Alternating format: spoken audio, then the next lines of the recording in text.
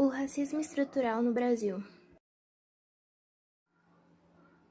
O racismo estrutural surge quando os escravos africanos são libertados em 1888 e não recebem nenhum auxílio do governo, ficando sem moradia e sem dinheiro, assim, sendo obrigados a invadir propriedades.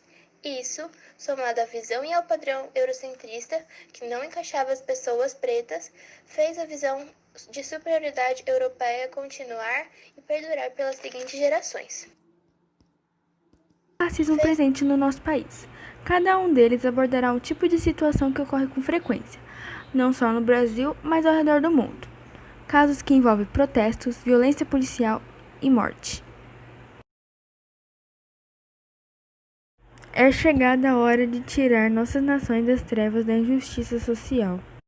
Esta frase foi dita pelo Zumbi dos Palmares, um dos grandes nomes da história do Brasil. Foi um dos líderes do Quilombo dos Palmares, o maior e mais longevo quilombo da história do nosso país.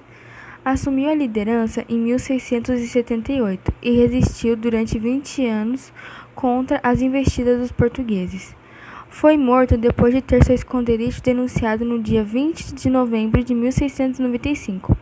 Atualmente, este dia é considerado o Dia da Consciência Negra, em homenagem ao Zumbi dos Palmares.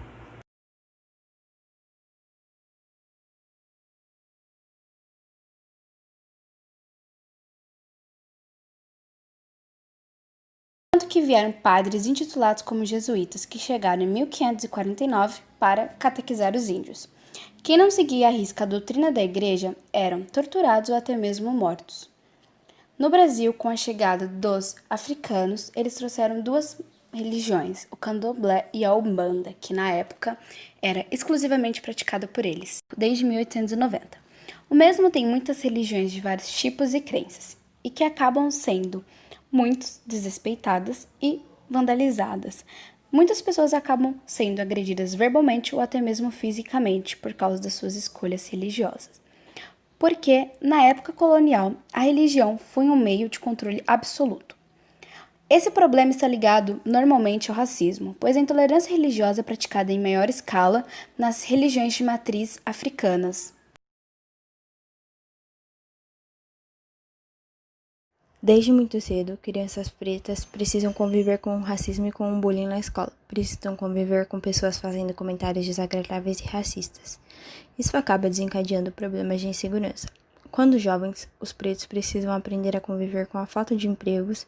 Isso se dá por conta da sua cor de pele. Muitas pessoas acham que pessoas pretas não são qualificadas e que não vão exercer uma função no trabalho. Por isso, o número de A marginalização, sem dúvidas, faz parte do cotidiano dos pretos. Isso acontece porque eles são vistos como bandidos por grande parte da sociedade. É muito comum ver pessoas mudarem de calçada só por ter uma pessoa preta andando na mesma. Ver seguranças perseguindo jovens, homens e mulheres pretas dentro de lojas, achando que eles com certeza vão roubar algum objeto. No ônibus, quando um preto é visto passando pela catraca, as pessoas já guardam seus celulares e pertences por medo de ser um bandido. Infelizmente, essa é a realidade da sociedade na qual vivemos. As pessoas acham que toda pessoa preta é um ladrão. Casos recentes de racismo estrutural. 1º de dezembro de 2020. Após ofensas racistas, prefeita negra eleita em Bauru é ameaçada de morte. Suelen Rossin voltou à delegacia nesta terça-feira para denunciar mensagem na qual é chamada de macaca e ameaçada de morte. Ela será a primeira mulher negra a governar a cidade desde sua fundação. 19 de novembro de 2020. Perfil de autor de post racista contra a vereadora eleita em Joinville é excluído. Iremos até o fim. Ameaçada nas redes sociais desde o último domingo, dia 15, Ana Lúcia Martins denunciou o caso. A Polícia Civil instaurou inquérito em Joinville. 19 de 11 de 2020. Só racismo explica a fúria, diz pai de João Alberto, assassinado por seguranças no Carrefour.